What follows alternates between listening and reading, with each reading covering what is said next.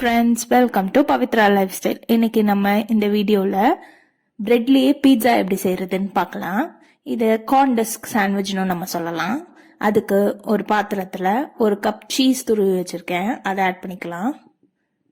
அதுக்கப்புறம் ஒரு பாதி வெங்காயத்தை சின்ன சின்னதாக கட் பண்ணி வச்சுருக்கேன், அதையும் ஆட் பண்ணிக்கலாம்.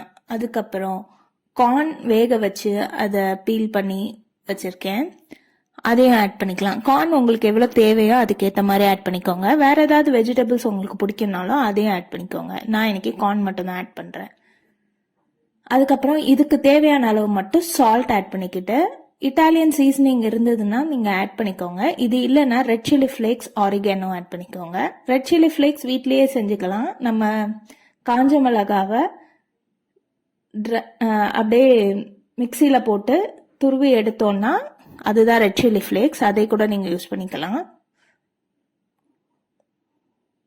ஆரிகானோ இருந்தால் யூஸ் பண்ணுங்கள், இல்லைன்னா ஆப்ஷனல், விட்டுடலாம். இது எல்லாத்தையும் நல்லா கலந்து தனியாக எடுத்து வச்சுக்கலாம். அதுக்கப்புறம் ப்ரெட்டை நான் ரவுண்டாக கட் பண்ணி வச்சுருக்கேன். உங்களுக்கு அப்படியே வேணும்னாலும் நீங்கள் யூஸ் பண்ணலாம். நான் பீட்சா மாதிரி இருக்கணுன்றதுக்காக ரவுண்ட் ஷேப்காக நான் கட் பண்ணி வச்சுருக்கேன்.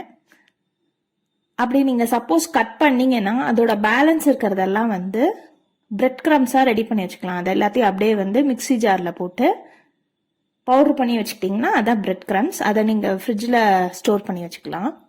இப்போது அந்த கட் பண்ணி வச்சுருக்க ப்ரெட்டில் நான் pizza sauce, tomato ketchup, mayonnaise இது எல்லாத்தையும் ஆட் பண்ணி ஸ்ப்ரெட் பண்ணி வச்சுருக்கேன். அதுக்கப்புறம் நம்ம ரெடி பண்ணி வச்சுருக்கோம் இல்லையா அந்த கலவை, அதை மேலே எவ்வளோ வேணுமோ அந்த அளவுக்கு வச்சுக்கலாம்.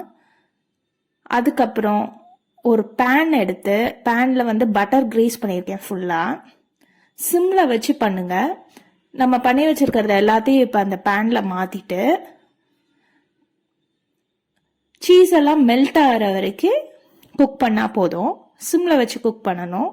ஹையில் வச்சிங்கன்னா கீழே இருக்கிற அந்த பிரெட் தீஞ்சு போயிடும்.